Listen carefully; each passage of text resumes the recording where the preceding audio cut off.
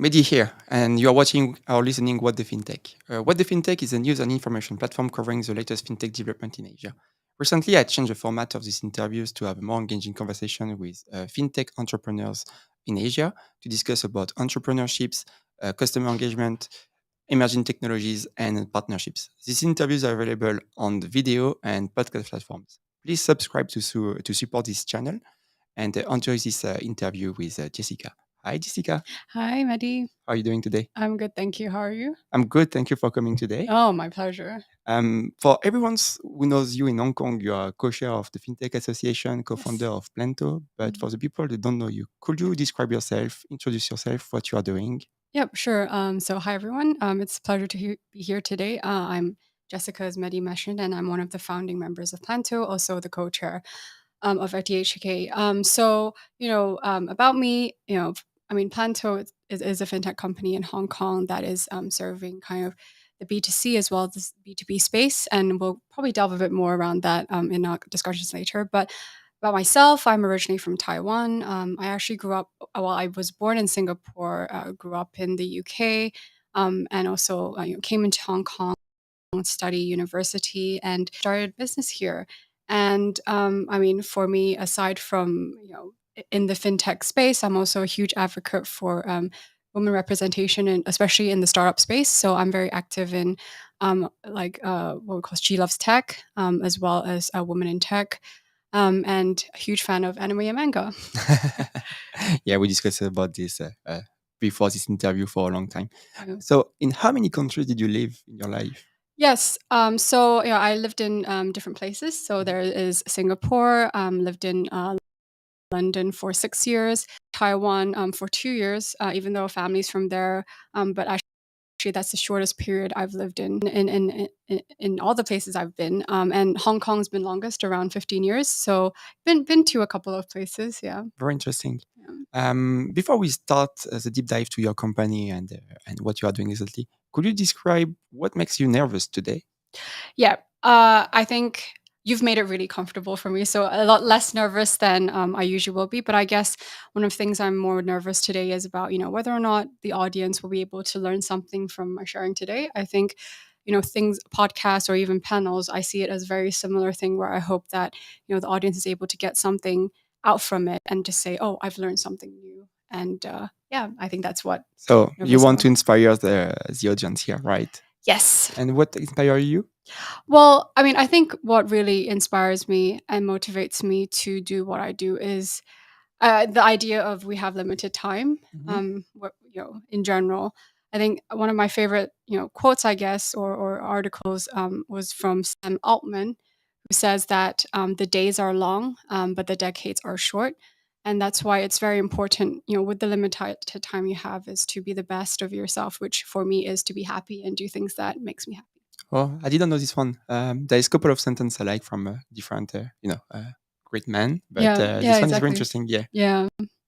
Um, so you're an entrepreneur, and most of the time, entrepreneurs have a turning point in their life. So, what is your turning point? Definitely when I started with my co-founders and founding team started Planto. That is a huge turning point. For me personally, I've changed so much, realized about things I didn't realize about myself before, changed the way that people perceive me, and I think more importantly, it gave me a lot more direction in life. We're here to solve problems for and customers for banks, and it's a lot more meaningful. And also, I've been able to explore things that I never thought was something I was passionate about. For example, helping or being part of a community which encourages more females to go into entrepreneurship as well, which is something that we still see is lacking in Mhm. general. Interesting. Um, what is the favorite thing about what you do right now? Well, I think it's just generally every day I just learn something new. It's not a repetitive cycle. Every day is a bit different. The clients we meet is different. How we operate the business is different. And we get to meet people like you, and people from the Fintech Association. And I just love being able to, challenge myself as well. And that's what I think. That's the key to what I love, what I do. Um, could you introduce what is Planto exactly and how people can reach out to your platforms or apps if you have one? Sure. So Planto, we actually operate kind of two main channels, or main businesses. One is our B2C app. So it's an application where a user can manage their finances, aggregate all of their finances from different financial institutions. So it's not just say banks; it's also your MPF accounts, your investment accounts, and as well as, let's say, your insurance. And then through that, we call ourselves like a personal finance assistant. We guide users based on this data, on their in like kind of financials, and then tell them, how do you achieve a certain goal? What kind of properties you can buy in a few years, and then just be there to actually guide them towards their different milestones in life. And the other one is, using our experience in building such an app. We've gained some traction in the past few years, and banks have started, since 2020 with the emergence of virtual banks and COVID. We've started to work with different banks on their own digital initiatives to increase engagement, to increase acquisition, as well as digital cross selling. And so for users who want to use our app, very simple. You can go on App Store, Play Store, type Planto, and we should be right there, and you can download. If I download the application, could you just walk through the Sure. different steps there? Yeah. So before we do anything on the app, we actually ask you, what do you actually want to achieve? So we would ask you, exactly why is the reason you want to manage your finances. And after that, we would guide users to kind of link up their accounts so that they can see all of their finances in one place, 360 view. And once they get this 360 view, it's not just on account level, but also on, like, say, transaction level. You'll know, where have I been spending, which merchant, how do I set a budget? Are there any kind of duplicate subscriptions that I can be canceling? When is my due date for my credit card? These kind of different alerts that you'll get on your finances, and your, obviously, your annual fees as well. And users can essentially set actual goals. So one of our most popular features is actually our property goal, where a user just needs to input their profile. They choose where they actually want to buy a property. So, for example, I want to buy one in Wan Chai, Mhm. and then based on your finances, your savings, we project when can you buy a specific property in Wan Chai. Yeah, and then you can plan towards that and track towards that as well. When you start, did you face any challenges? Yes. For me personally, I think the biggest challenge is the mindset change. I was previously in finance, so I was in banking and an investment firm. And, one of the things that I had to adjust to is the fact that I had to be open to, let's say, experimenting. I had to be open to being comfortable that sometimes what you plan out will fail. But failure is not a bad thing. You learn from that too. And it's through failure that you can improve your products as well. So that was a bit of an adjustment for me, because when you're in finance or in banking, everything is very structured. And to some extent, you had to be somewhat of a perfectionist. So I'll give you an example. For even like PPT decks, you had to make sure the formatting was right. If the formatting wasn't right, it's like the end of the world as well, from the partners or something. So, but the fact is that, going into a startup, what's important is being able to focus on things that are most important, that aren't trivial, and that makes the most impact. So when you face challenges, sorry, when you face challenges, you have to have the motivations to keep going, right? What was your motivation at the time? Well, my key motivation was, it's just, I don't think there's anything else I would want to do instead. I mean, obviously, there's always challenges for startups, and founders. But, when I'm stressed out, I just take a nap and then wake up again, tell myself that I wouldn't want to be anywhere else. I wouldn't want to be working on anything else. And yeah, it just makes me keep going. And also, I have a really amazing team. And not every startup gets to have that kind of opportunity to have a great team to work with, and so shouldn't take that for Oh, granted. so you go for my next question. What makes a green team? I think, I mean, obviously, for every company, it's a bit different because it depends on the nature of your business. But I think for Planto, what was just great about us is that it's a very balanced team. We had the founding team had the kind of general skill set you needed for a company to work well. You have people who's great at technology, We have a great CEO on Kit. We have great marketing and finance people who helped with the fundraising process as well. But I think another thing that is super important is just trust Mhm. between the team, so that you don't micromanage, that you just let the team work on what they believe will work. And trust is very important, and it's not something that's easy to actually to gain. But I think that is also super important as well. How big is your team right now? We have around 10 people, so it's still a very small team. And based in Hong Kong only, or also a bit internationally? Oh, so actually, all of us were in Hong Kong before, but some of our kind of founding members went back to their respective countries for a temporary period. So I have like co-founders in Philippines, in Thailand, as well as Canada. But fundamentally, we're actually based in Hong Kong. And your market is Hong Kong only, or you have also other markets? So we actually, so in Hong Kong is our core main market, but we actually also went into Taiwan, and we're also exploring Southeast Asia. And mainly is because obviously there's this opportunity, and there's been banks from there that has approached us during COVID. But also, yeah, as I mentioned, some of our founding team is from Southeast Asia as well, so it makes a lot of sense for us to try and explore that market as well. Um, I know that your company has a base of followers and customers. Could you share who are they, and Sure. do you have some data about them? Yep, sure. So for our user base, for example, Planto, for the B2C app, we actually service around 500,000 um, users per month. And this 500,000 includes, let's say, app users as well as people who go into our blogs. So we have a huge like ecosystem around personal finance. So we have a lot of people reading our blogs around personal finance management. How do I buy a property? What kind of products are out there in the market? That's great. In terms of our B2B, we work with over 10 banks right now Mhm. on different types of initiatives. And yeah, and I think, I think that's where, we kind of have a balance of both corporate and also and customer followers. Yeah. So we spoke about the origin story of you and Planto, but what makes you excited about the coming years? It's definitely you feel that there is this push in Hong Kong around the adoption of fintech, and I think you're the expert at this, but you see in Hong Kong HKM is pushing like fintech 2025. You have open banking and obviously CDI as well, and then stuff around regtech and ESG.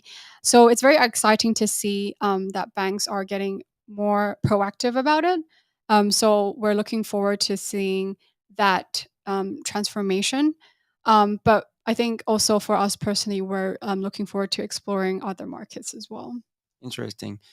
You spoke about HKMA pushing for FinTech 2025 CDI with what is the acronym for CDI? Oh, Commercial data interchange. intentions, right? Yes, yeah. So if we just focus on the market in Hong Kong, can you share with us some of the trends happening here? Sure.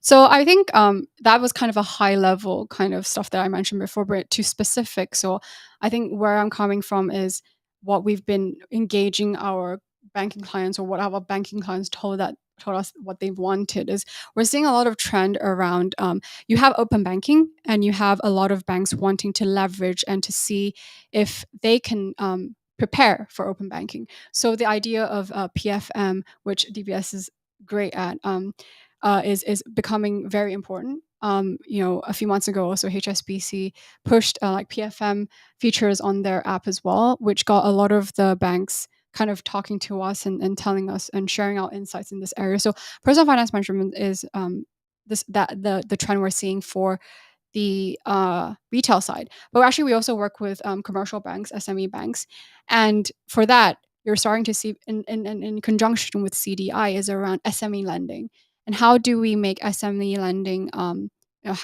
How do we give more access uh, to loans to SMEs or MSMEs, and we're seeing them exploring different things like even business financial management. How do you get access to alternative data through a seamless kind of user experience through accounting and bookkeeping support? So that's kind of where we're seeing, and obviously it's the ESG element where banks are looking into seeing how they can help their customers essentially track their carbon footprint as well. ESG is a big topic in Hong Kong. Yes, super big right How, now. how do you support your customer with ESG? Yeah, so actually, we just released this, but it's been in beta for a while. But we're working with an amazing fintech company from New Zealand called Kogo, and they work with a couple of banks and startups in Europe as well.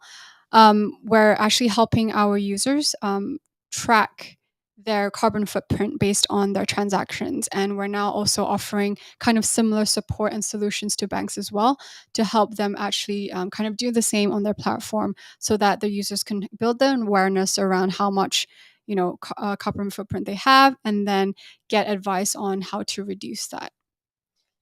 Um, your company looks like a lot of companies in Europe. Mm. I can think about Plaid or Tink. It looks more similar to Tink, if Mm. I'm not mistaken.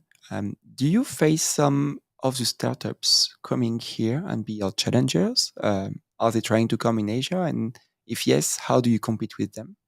Yeah, I think you definitely do see some players here that are like originally from Europe, but they don't have the similar strategy as us, where their play is basically they have that similar technology, and whoever wants to use it can then just kind of license it from them. But for us, it's always about that play of working directly with banks. Or building an app ourselves to service the local market, so it was a bit of a different approach because we've had competitors actually from Hong Kong as well that do similar things. I mean, they're amazing at it too. But I think our competitive advantage was we built everything in house, whereas maybe some like our competitors or similar kind of companies, they actually get it from third parties, which is kind of like what you mentioned, the companies from Europe who have that same technology. So we have that kind of competitive advantage of having being a familiar with the market and b having built everything in house. I see. Yeah, definitely. It's interesting. You spoke a bit about data before and how you collaborate with banks, but how do you support those banks with the data-driven strategies that you created in-house? Sure.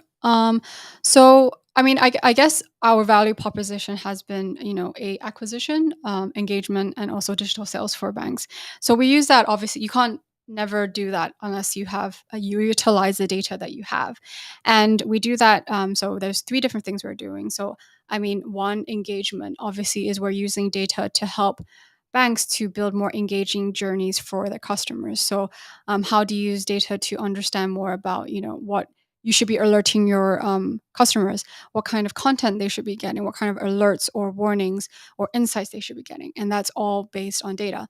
And the second thing is what we call value added engine, which is something we're actually working on right now, is how do you use data to build lookalike models for your customers. So how do I actually identify existing kind of pool of customers who don't have a product with me or don't have a loan, but using this lookalike model, how do I identify, um, you know, the propensity of that customer taking up a loan?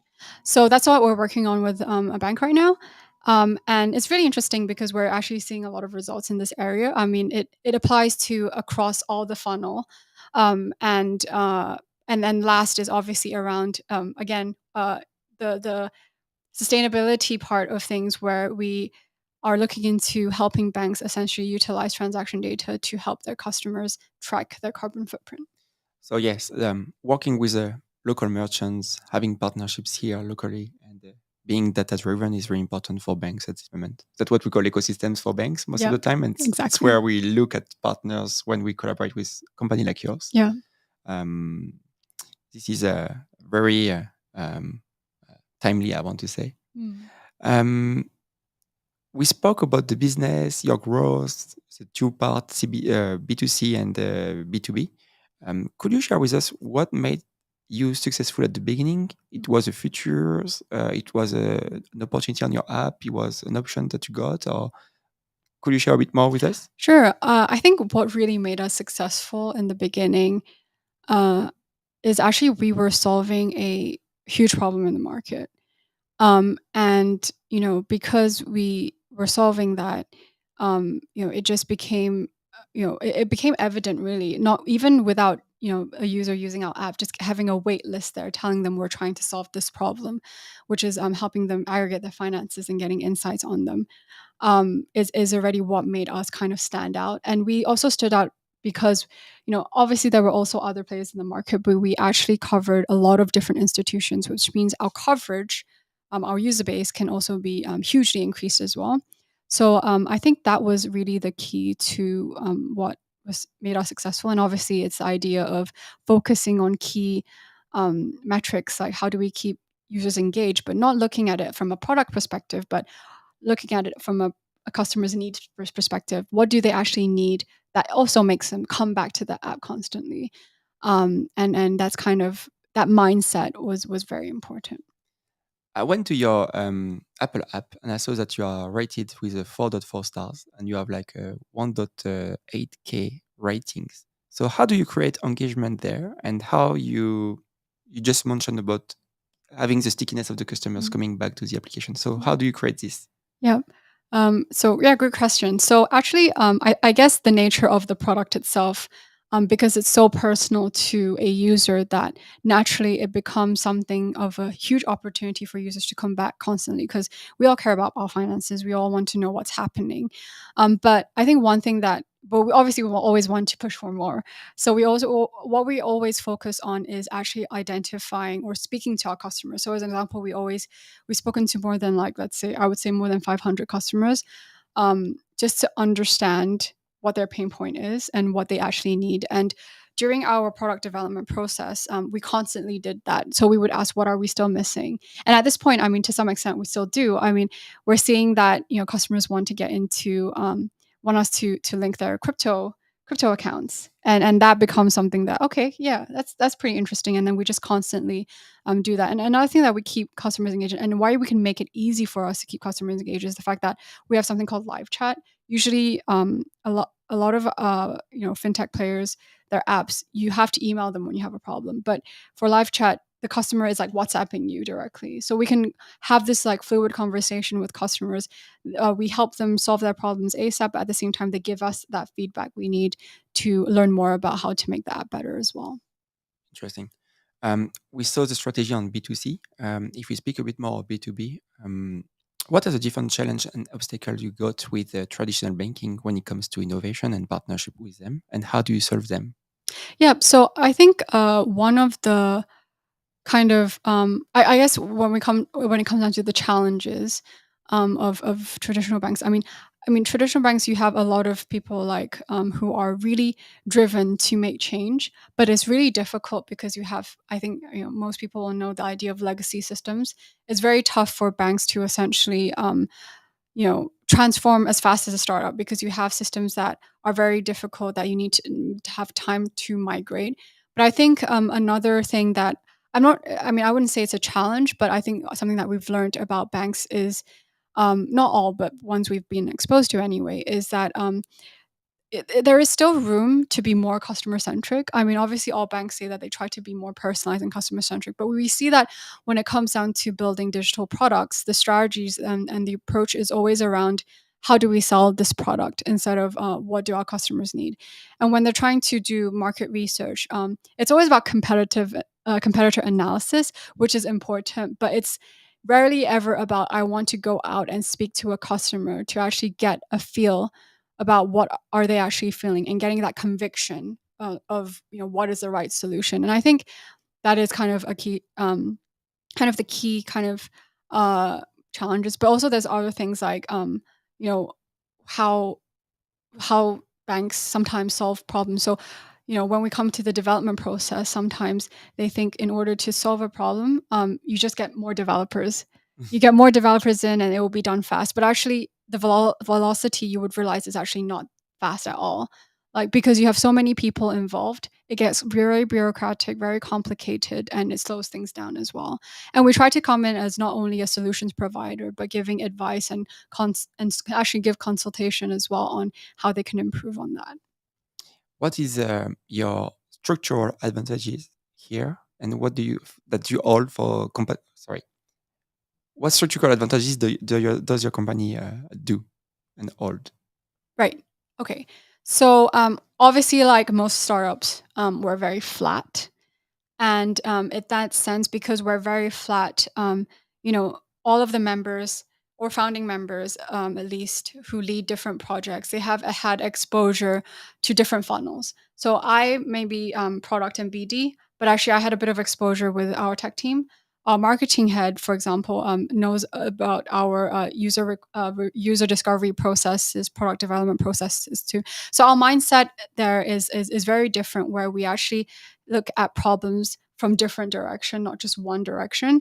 And so when we go in and then speak to like a banking customer, we're able to see things not in silo, but in a larger overview, where we'll tell you that how does this affect your entire funnel, and what is the approach that you should be focusing on to actually achieve your end goal, instead of just focusing in silo. Let's say just the marketing team or just the tech team, you know, because you have to think about the overall benefit to the bank as well. You spoke about your collaboration with banks. You spoke about increasing the customer experience for banks as well. So if a big bank is listening to you and want to reach out to you, how do you collaborate with them? How do you increase their ecosystem reach? How do you increase the customer experience for them? Yep. So I think it comes down to two things actually. One is obviously, we do that via our core B2B solution. So again, it's about data as well, which we touched upon before too, and also open banking. APIs. We can help them. Increase the customer reach not only through, let's say, our solutions, but they can leverage on our application to actually learn more on how to uh, you know, get personalized or get exposure to more of their customers. Because one thing that we're also kind of exploring and thinking about is also the idea of banking as a service as well. So how do banks essentially reach out to more customers, not directly in the current just from directly their current app, but actually utilizing some fintechs out there or TSPs out there to actually increase the pie for them. To what extent is the consumers actually a constraint on improving digital services? I think actually that consumers aren't really a constraint. I think when you look at adoption of services, consumers naturally consumers don't want to have too much, like, let's say, barriers in using the services, right? So I think it's really should be kind of the fintechs or the bank's responsibility to make the experience as seamless for the user as possible, or at least make them feel comfortable. Like, obviously, there are older generations who are concerned about security, but how do you address that? I think that is very important as well. I mean, if you look at the case of Binance, they kind of knew they have two types of like apps. There's I think the one that's more basic, which is more user friendly, and then another one is more kind of for experts. They understand that they can't just force customers to use their expert version. They need to adjust to what their customers' behavior is as well. You share a lot about what uh, big banks, insurance, or financial institutions can learn from you. But do you have a bit more to share with us on these points without repeating yourself from previously? Because Yeah. you obviously share a lot of knowledge already. Yeah. I think fundamentally it's about not being afraid to take calculated risks. I think there is, I mean, obviously DBS, and also HSBC, they have this kind of teams who are working on innovation that is willing to work on projects that are slightly more risky for a bank. Um, but I think more banks should be like, let's say, more traditional banks should start, following suit, to understand that, you can be innovative, and that you shouldn't let things like regulations and compliance stop you to think outside of the box.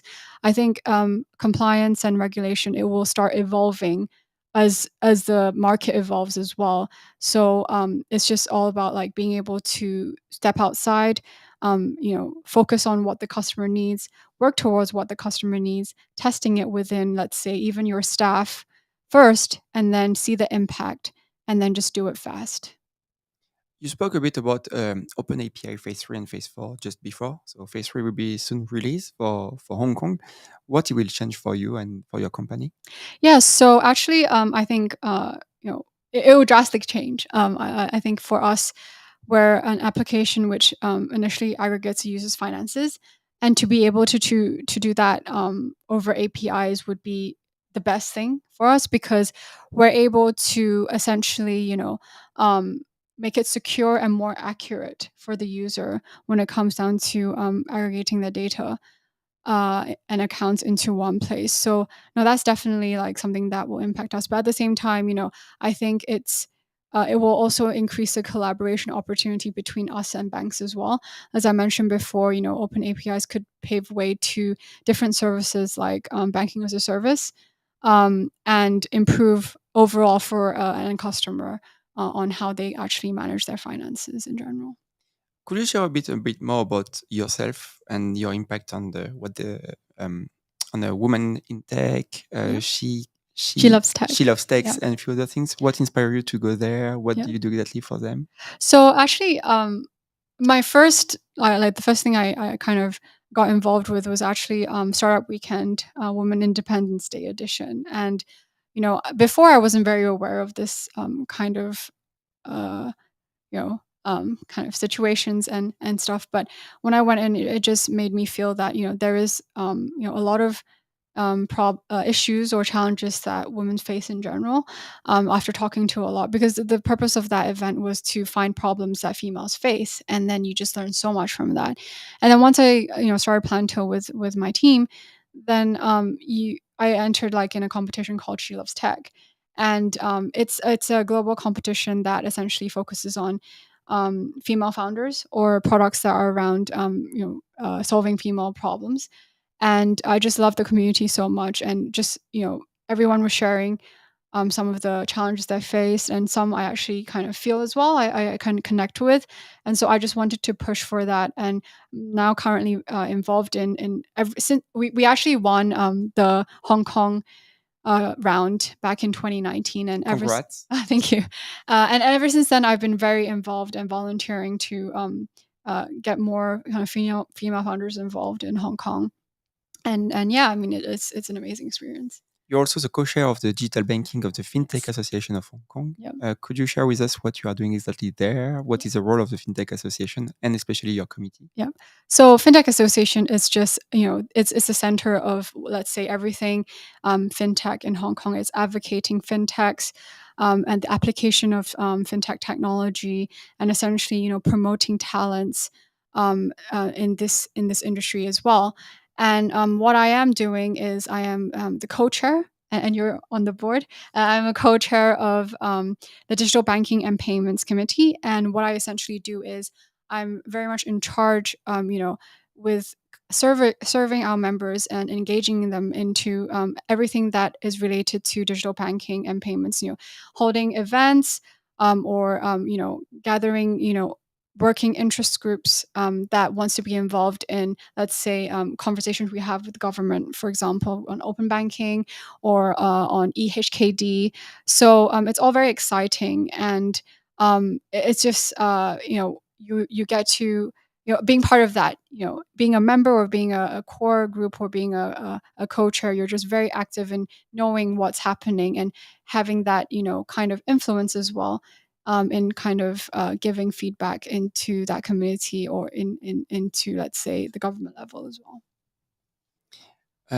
Do you have any piece of advice for the listener of this show? I think my advice would be, if you are a someone looking into entrepreneurship, just do it. I mean, obviously, you have to plan it well, but I think it's never. If you have an idea, there's always something that you can do on the side first, test it out, and see what's happening instead of letting it linger in your head. And for banks, I would say, again, touching on point to a few questions before, is around just focus on innovation. Don't focus too much. Obviously, compliance and regulation is very important, but it's about having that balance of identifying how you're going to solve a problem, and then seeing how you can work around regulations and compliance as well. What is the biggest takeaway you would like everyone to take from this interview? I think I just hope that in general, the takeaway is there is something that has been like helpful for your listeners, and I think that already makes me happy. There's any question you would like me to ask you? um, oh, this is a hard one. Uh, I think you've already covered like the questions that I'm very much comfortable with asking, but you can give me a surprise too if you have any other ones. No, but where our listener can find you and contact you on. Yeah. So, I mean, if you want to contact me, then happy to email me, I guess, at jessica at planto.io. But yeah, I mean, I'm also, one of the co-chairs of Fintech Association. So you can get involved in Fintech Association and happy to connect through there as well. Interesting. And the Fintech Association is very interesting. Yeah, So super. Yeah. you have to go because there is an event almost every day or like meetings from the different committees Yes. You have regularly. it's just I've learned so much from the association. Like you get to get touch upon different aspects of fintech in Hong Kong. So Where can the listener sign up for your courses or purchase your product? yep. So listeners can go on to App Store or Play Store and type in Planto, Planto, if you're in Hong Kong, and you can just use the app, and it's free for 3 months. So you can get a play around with it and then see if it's something that you need. Thank you very much, Jessica. Thank you so much, Mehdi. It was a pleasure to have you. And thank you for everyone's listening this podcast or watching this video. You can support us by subscribing, liking, commenting, or give us 5 stars rating on the podcast platforms such as Spotify or Apple Podcast. Thank you very much. Thank And next you. interview will be next week. See you. Bye bye. See you. Don't forget to subscribe.